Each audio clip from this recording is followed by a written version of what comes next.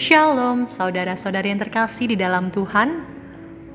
Bersyukur pada hari ini kita masih diberi kesempatan untuk mendengarkan Renungan Suling edisi 6 Mei 2022. Sebelum kita memulai renungan kita pada hari ini, mari kita bersatu di dalam doa.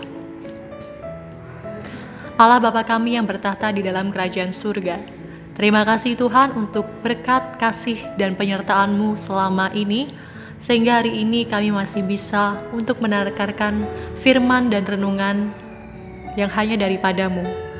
Berkatilah apa yang kami dengar Tuhan, biarlah apa yang kami dengar bisa menjadi berkat, bisa menjadi berkat untuk orang lain juga Tuhan. Terima kasih Tuhan, hanya di dalam nama Tuhan Yesus Kristus kami telah berdoa dan mengucap syukur kepada-Mu. Haleluya. Amin. Renungan kita pada hari ini berjudul Belajarlah dari Belalang, yang diambil dari Amsal 30 ayat 24 hingga 28. Amsal 30 ayat 27, Allah berfirman, "Belalang yang tidak mempunyai raja, namun semuanya berbaris dengan teratur."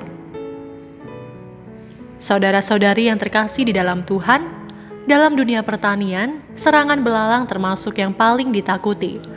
Bagi petani sayur mayur, belalang menjadi salah satu hama yang sangat merepotkan, terutama untuk sayuran yang diambil daunnya, misalnya sawi, bayam, kubis, bawang daun, juga seledri.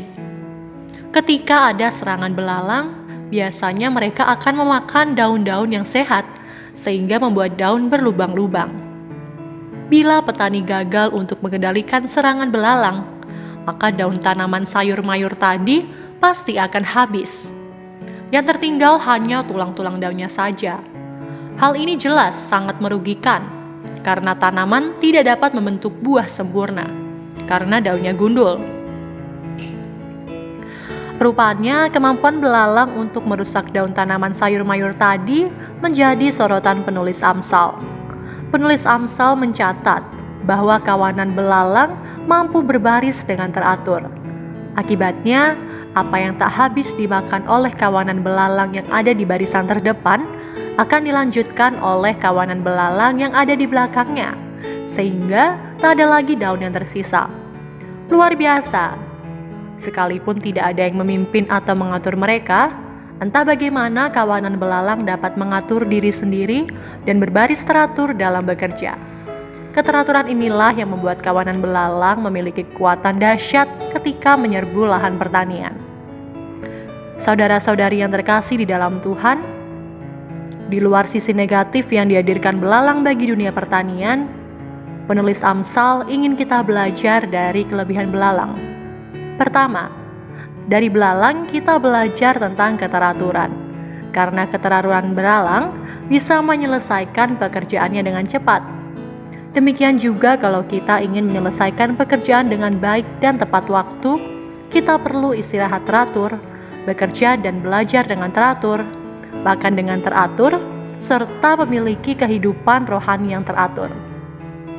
Hal kedua yang dapat kita pelajari, dari belalang kita belajar tentang kerjasama dan bersinergi.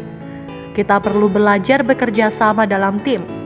Tidak boleh egois atau hanya mencari keuntungan bagi diri sendiri, supaya kita bisa menyelesaikan pekerjaan pelayanan atau tugas-tugas kehidupan yang Tuhan sudah percayakan. Hidup yang teratur dan bisa bekerja sama dengan tidak egois, menolong kita menyelesaikan tugas-tugas kehidupan dan pelayanan dengan baik. Saudara-saudari yang terkasih di dalam Tuhan, mari kita bersama-sama mendoakan persiapan HUT ke-50 GBI Salatiga dan pentahbisan Pendeta Muda Samuel sebagai pendeta pengantar Injil. Mari kita juga berdoa untuk segenap panitia, acara, dan kebutuhan dana. Demikian renungan kita pada hari ini, kiranya menjadi berkat untuk kita semua. Tuhan Yesus memberkati.